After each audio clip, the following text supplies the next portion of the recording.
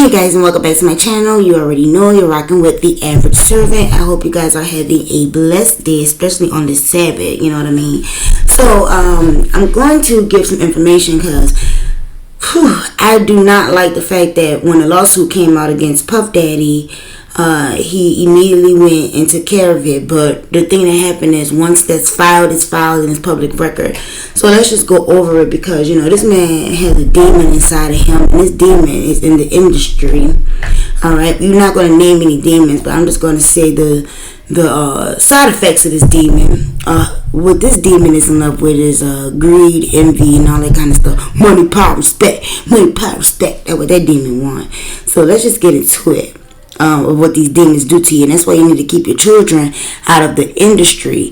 You know, I know a lot of kids want to be singers and they want to be rappers and they want to get in the industry, but this industry does not love them. You can actually do those things on your own. You probably won't make as much money or seem like you're making as much money.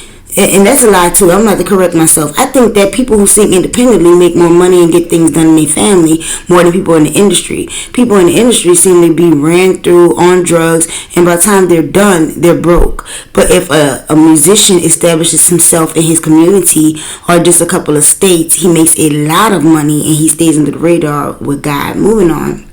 So anyway, this girl said that she was involved with sex trafficking. Sex trafficking. The truth is that Cassie, I keep calling this girl Cassie now. Cassie, Miss Cassandra Ventura, was held down by Mr. Combs and endured over a decade of his violent behavior and disturbed demands. For Miss Ventura, the dark times were those she spent trapped by Mr. Combs in a cycle of abuse, violence, and what? Not the sex trafficking. Among other violent and unlawful acts, Mr. Combs raped Miss Ventura in her own home after she tried to leave him. Often punched and beat, kicked and stumped on Miss Ventura, resulting in bruises, burst lips, black eyes, and bleeding.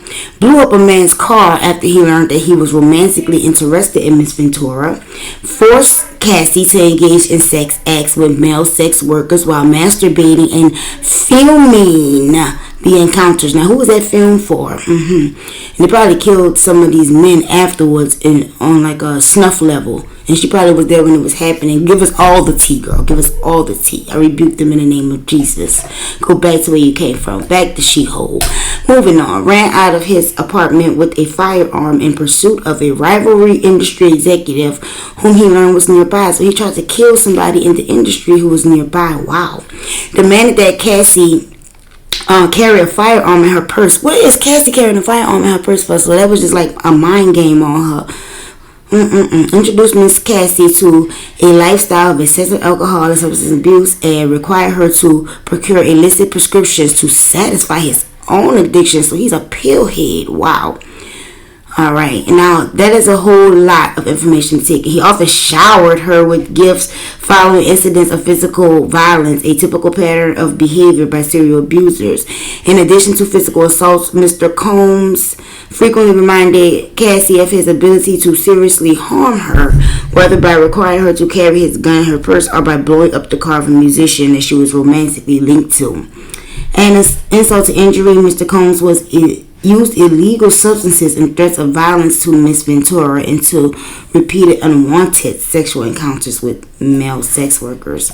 Over the years that Mr. Combs abused Miss Ventura physically and sexually, she again and again tried to escape his tight hold, but their money was good. Every time she hid, Mr. Combs' vast network of corporation affiliated entities found her gang stalking, and those who worked for Mr. Combs' companies implored her to return to him. Many went as far as to explicitly state that her failure to return to Mr. Combs would hinder her success in the entertainment industry.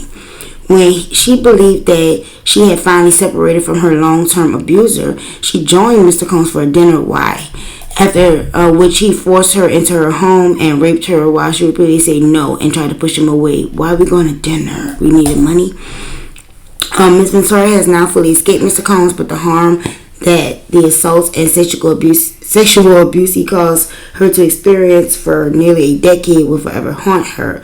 She has required intensive medical and psychological care to recover from the trauma she lived through.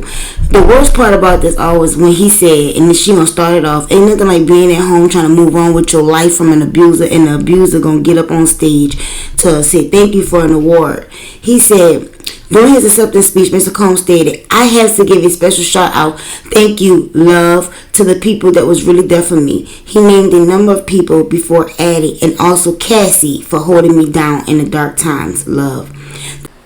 Alright guys, and I got some new information because as I started going through the pieces, especially of Cassie's Me and You video, I'm going to call that the moment that she started to embody some type of demonic character or entered MK Ultra, because it's me and you, and she's inviting someone to enter, just like Umbrella, come into me, when Rihanna be singing that, she's inviting an entity into her life. So in the Me and You video, it kind of reminded me of Usher Little Freak, and I did a video on that, and I'm gonna leave the link as well.